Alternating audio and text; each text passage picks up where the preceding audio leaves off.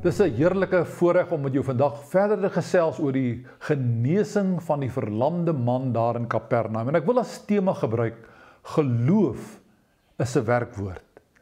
Ons lees in Markus 2 vers 3 en 4 hierdie woorde. Daar kom toe mense wat 'n verlamde man na hom toe bring. 4 van hulle het hom gedra. Toe hulle hom weens die gedrang nie by Jesus kon kry nie, breek hulle die dak reg bokant hom oop. En nadat hulle 'n opening in die dak gemaak het, laat hulle die draagbaar waarop die verlamde man gelê het, daardeur afsak. Hierdie welwillende vriende wat hulle verlamde medemens na Jesus toe dra, vind weldra uit dat daar ook ander hindernisse buiten hulle vriend se verlamming is. Hulle toegang na Jesus word versper deur 'n menigte mense wat voor die deur van die huis saamdrom. Ek en jy moet maar weet, daar is dikwels menslike faktore wat ons toegang tot Jesus bemoeilik.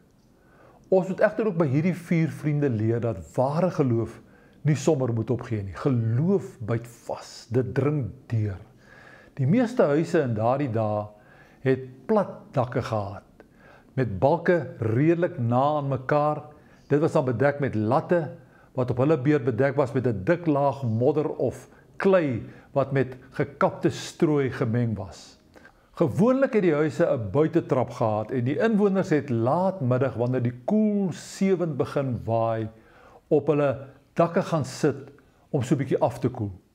Dit was dus nie moeilik om bo op die dak te klim en 'n gat in die dak te maak nie. Dit was egter nie baie vriendelik nie.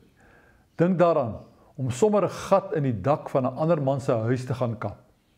Hierdie mense was egter vasbeslote om hulle doel te bereik. Hulle sou hulle vriend by Jesus wou kry. Kom wat wil.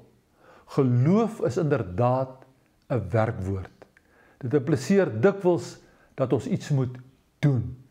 Hierdie verlamde man het waarskynlik gelê op 'n dun oprolbare matrassie wat opgestop was met strooi. Ek kan in my verbeelding sien hoe sy 4 vriende hom op die matrassie wat met toue aan die hoeke vasgemaak is, deur die dak se gat te laat sak, tot presies waar hulle hom wou hê, reg voor Jesus se voete. Probeer jou hierdie gebeure indink. Jesus praat met die mense in die volgepakte huis, bring sy boodskap aan hulle. Dis warm, bedompig in die huis. Skielik is daar 'n dowwe gekap bokant hulle koppe. Stukkies grond en droë modder sif uit die dak neer. Met eens is daar 'n gat in die dak en die blou lig is sigbaar. Dan daal die matras met die verlamde daarop neer tot reg voor Jesus. Let op, hierdie 4 manne het niks gesê nie. Ook nie die verlamde self nie. Dalk kon hy nie eers gepraat het nie. Dit was ook nie nodig nie. Dit was nie nodig dat hulle iets moes sê nie. Wat hulle gedoen het duidelik genoeg gespreek. Vir hulle was dit genoeg dat hulle vriend net aan die voete van Jesus kon wees. Jesus moes hom tog net raak sien. Wanneer ons nood en krisis gebed na Jesus toe bring, weet ons ook nie presies altyd wat om te sê, wat om te bid nie. Laat sak dan maar net jou probleem in geloof op die draagbaar van gebed voor Jesus neer. Hy sien jou raak. Hy weet wat jy nodig het. Sal ons dit vandag vir die Here vra.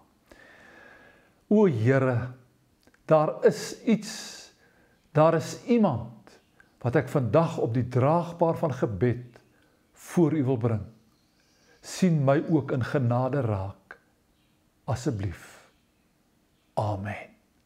Baie sterkte en seënwense vir jou.